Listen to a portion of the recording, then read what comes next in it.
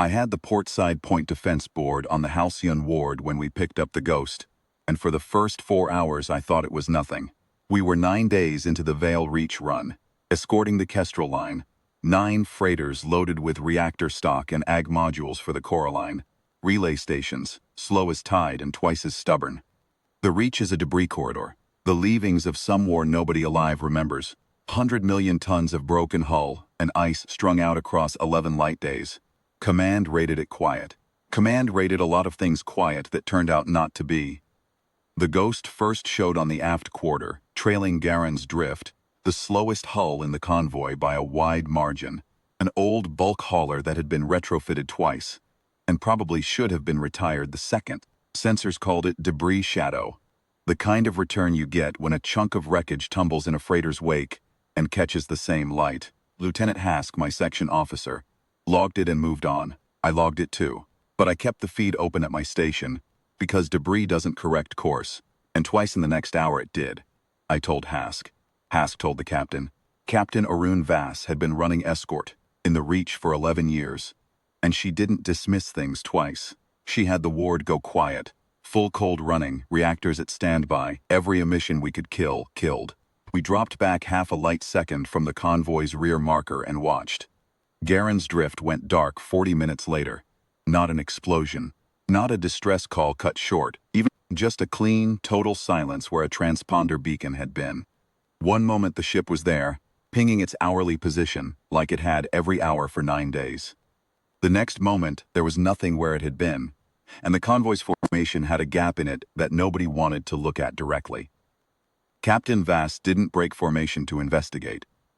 I remember being angry about that in the quiet, stupid way you get angry at things that are actually just correct. She held the ward at cold running and let the convoy keep moving, because moving was the only thing keeping the other 8 freighters alive, and because whatever had taken Garen's drift had taken it without firing a shot anyone detected, which meant it could do that again, to anyone, and the only advantage we had was that it didn't yet know we'd noticed.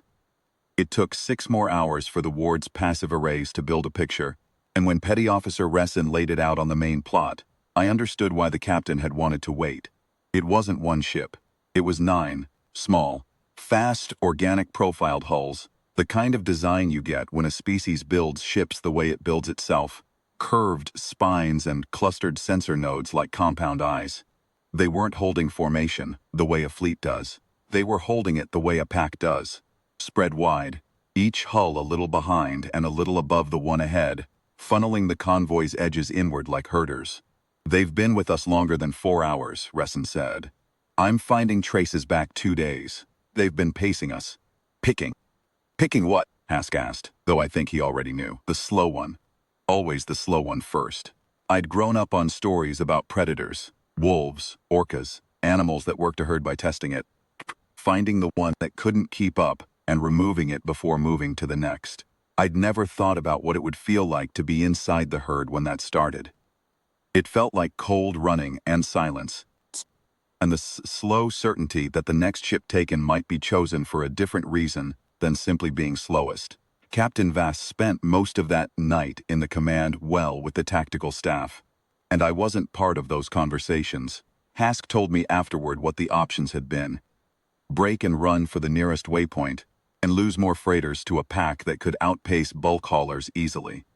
Light up and fight at range, and reveal exactly how outnumbered the ward was, 1 cruiser against 9 unknown hulls. Or hold formation and let the pack commit fully to a second kill, on the theory that a predator mid-strike has stopped watching its flanks. She chose the third option. I didn't love it. Nobody on the point defense deck loved it. But I understood even then that the captain wasn't gambling on the ward's guns. She was gambling on something else. That whatever these things were, they had a script, and the script told them what prey was supposed to do, and the ward hadn't done any of it yet. The second strike came against Calder's Reed, 3 ships up from the rear marker, 18 hours after Garen's drift went dark. This time we were watching for it, and this time it wasn't silent.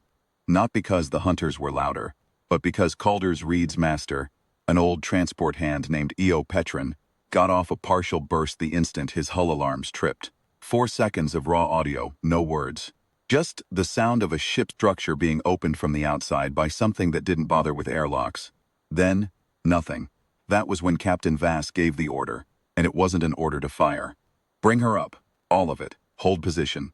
The Halcyon Ward came off cold running in under 90 seconds. Reactors to full. Running lights blazing down her spine. Every active sensor array screaming into the dark at once. We didn't accelerate toward the hunters. We didn't accelerate away from them. We simply became, in the space of a minute and a half, the brightest and loudest thing in 11 light days of debris field, and we held our position relative to the convoy's rear marker. Weapons tracking but cold, and we waited. I was at my station with a clear feed to the forward optical array, and I watched the lead hunter ship, the one nearest Calder's Reed, the one that had just made its kill, go from a fast, confident closing vector to something else. It didn't flee, it didn't charge. It hung there, 400 kilometers off our bow, engines flaring in short, irregular bursts, the way an animal's muscles do when it's deciding between two things at once. Recession had been running translation protocols against every frequency we could detect, mostly out of habit, and about 90 seconds after the lead hunter went still, something came through. Not words, not yet, but a structured burst repeating, aimed not at us but at the other 8 hulls. We didn't have a translation. We didn't need one, not for what happened next. 3 of the smaller hunter ships, the ones trailing the formation's rear, peeled away. Not toward us, away, hard, on vectors that took them clear of the convoy entirely, engines lit at what looked like maximum burn. The lead ship's burst repeated again, longer this time, and I swear the tone of it changed, the way a voice changes when an order stops being a request. 2 more peeled off. The lead ship held another 20 seconds. 20 seconds in which I did not breathe, in which the entire point defense deck did not breathe. And then it came at us. Alone. The other 6 scattered across half the sky, and the lead hunter ship, the one Resin would later tag as the Pax Alpha based on transponder dominance patterns, came straight down our bow on a collision vector that broke off at the last possible moment. Closer than any ship I'd ever had pass us. Close enough that for 1 full second its hull filled the optical feed. And I saw it clearly for the only time. Long, segmented, the color of old bone with sensor clusters along its spine that swiveled, all of them, to track us as it passed. Then it was gone, accelerating away on the same heading as its scattered pack, and it didn't come back. We recovered 4 survivors from Calder's Reed. They'd been in a sealed aft compartment when the hull opened, and whatever had done it hadn't gone looking for them afterward, which Racine found almost as unsettling as the attack itself. Garen's Drift, we never found anything of. Captain Vass logged both losses, filed the contact report, and got the remaining 7 ships of the Kestrel line moving again within the hour. Because that was the job. And the job didn't stop, because something enormous had just happened 11 light days from anywhere that would ever hear about it. I've thought about those 20 seconds more times than I can count, in the years since. About what it must look like, inside something that hunts the way the Scaran hunt. Packs built on a simple, ancient logic, the logic of fear and flight, prey that runs, and prey that doesn't run yet but will. I think about what it must do to that logic, to watch something come fully alight, hold its ground and not run. Not attack either, just stand there, lit up and unafraid, in a way their whole hierarchy apparently had no answer for. Whatever the Alpha's burst transmission said to the rest of its pack, it wasn't an order they all obeyed. 6 ships ran. 1 came in alone, looked at us from 400 meters, and ran too.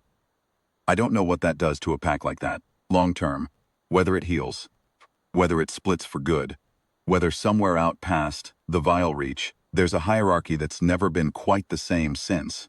I only know what I saw, an order given, and an order not followed for what, as far as I've ever been able to find out, was the first time.